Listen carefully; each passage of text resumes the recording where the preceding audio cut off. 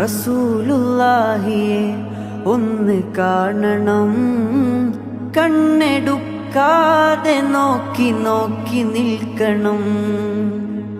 പൂമുത്ത് നൂറിനരികിലൊന്നിരിക്കണം, പൊന്നു പുന്നാര കദമിൽ വീണ് മുത്തണം. പേടിയുണ്ടെനിക്ക് പേടിയുണ്ടെനിക്ക് വരികളൊന്ന് പാടുവാൻ, പേടിയുണ്ടെനിക്ക് വരികളൊന്ന് പാടുവാൻ. പൂതിക്കൊണ്ടാണ് തങ്ങളെ മണക്കുവാൻ.